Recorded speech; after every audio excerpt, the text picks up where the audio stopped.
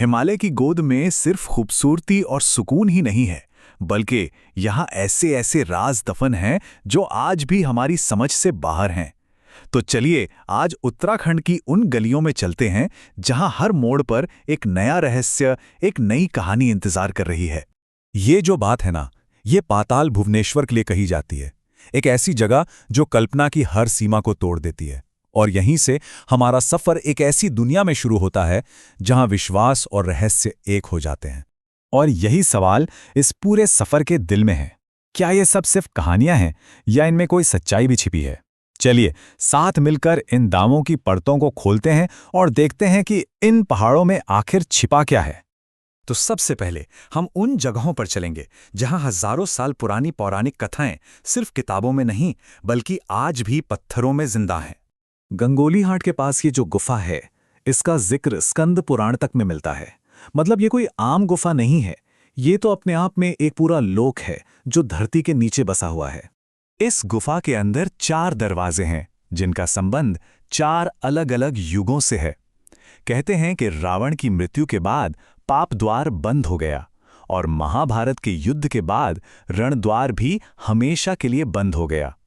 आज सिर्फ धर्म और मोक्ष के द्वार ही खुले हैं। देहरादून के पास जौनसार बावर का इलाका है। यहाँ के लोग खुद को पांडवों का वंशज मानते हैं और यहाँ की परंपराएं, यहाँ न्याय करने का तरीका आज भी सदियों पुराना है। यहाँ अगर कोई झगड़ा हो जाए तो फैसला अदालत में नहीं बल्कि महासु देवता के मंदिर में होता है और अपनी बेगुनाही साबित करने के लिए लोगों को अग्नि परीक्षा देनी पड़ती है।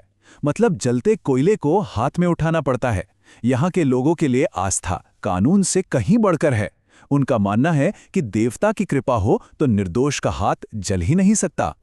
अच्छा, अब पौराणिक कथाओं से थोड़ा आगे बढ़ते हैं और उन जगहों पर चलते हैं जहां की हवाओं में सिर्फ ठंडक नहीं बल्कि अनसुनी कहानियों की एक शिहरन भी महसूस होती है। बिनसर वाइल्ड लाइफ सेंचुरी के अंदर कसेनी गांव की एक कहानी है। कहते हैं कि एक अंग्रेज शिकारी ने जंगल के देवता गोलू देवता को नाराज कर दिया था। बाद में उसकी लाश तो मिल गई, पर उसकी आत्मा वो आज भी वहीं भटक रही है और रात में घोड़े की टांपों की आवाजें आज भी कई लोगों को सुनाई देती हैं। चंपावत जिले में एबॉट माउंट पर एक बंगला है जिसे लोग मुक्ति कोठी के नाम से जानते हैं। ब्रिटिश काल में यहां एक डॉक्टर हुआ करता था जिसके इरादे कह सकते हैं बहुत ही खतरनाक थे। यह डॉक्टर अपनी भविष्यवाणियों को सच साबित करने के लिए मरीजों को मार देता था। आज भी माना जाता है कि उन मरीजों की आत्माएं उस बंगले में भटकती हैं और वहां से चीखने चिल्लाने की आवाजें आती रहती हैं। अब हम कुछ ऐसी जगहों की बात करेंगे जहां विज्ञान और आस्था के बीच की जो लाइन है ना, वो एकदम धुंधली हो जाती है। ऐसी जगह है जहां नासा के वैज्ञानिक भी हैरान रह जाते हैं। अल्मोड़ा के पास कसार देवी मंदिर एक बहुत ही खास जगह है। यहाँ पृथ्वी का एक चुंबकीय क्षेत्र है जिसे वैन एलन बेल्ट कहते हैं और वो धरती के सबसे करीब है। इसकी वजह से यहाँ की जियोमैग्नेटिक तरंगें बहुत शक्तिशाली हैं और ये कोई आध्यात्मिक कल्पना नहीं बल्कि एक वैज्ञानिक तथ्य है। स्वामी विवेकानंद को भी यही ज्ञान की अनुभूति हुई थी।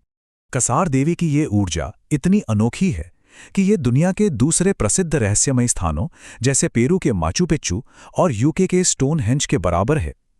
इन सभी जगहों पर एक समान चुंबकीय ऊर्जा पाई जाती है जो ध्यान और चेतना के लिए असाधारण मानी जाती है।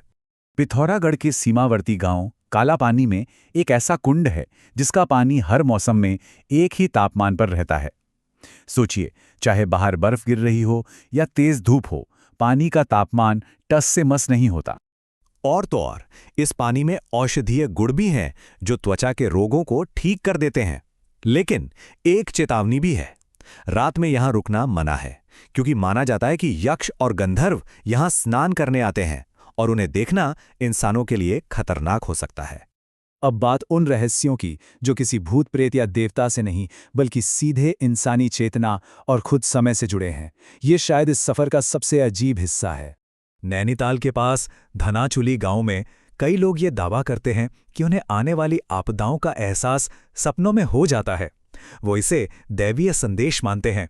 वैज्ञानिक इसे कलेक्टिव कॉन्शियसनेस या सामूहिक चेतना का सिद्धांत कह सकते हैं, पर गांव वालों के लिए ये एक जीती जागती हकीकत है।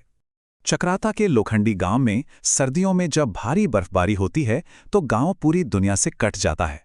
मान्यता है कि इस दौरान महासु देवता खुद गांव की रक्षा करते हैं और किसी भी बाहरी व्यक्ति का गांव में आना या गांव वाले का बाहर जाना सख्त मना होता है और इस नियम को तोड़ने का अंजाम बहुत बुरा हो सकता है।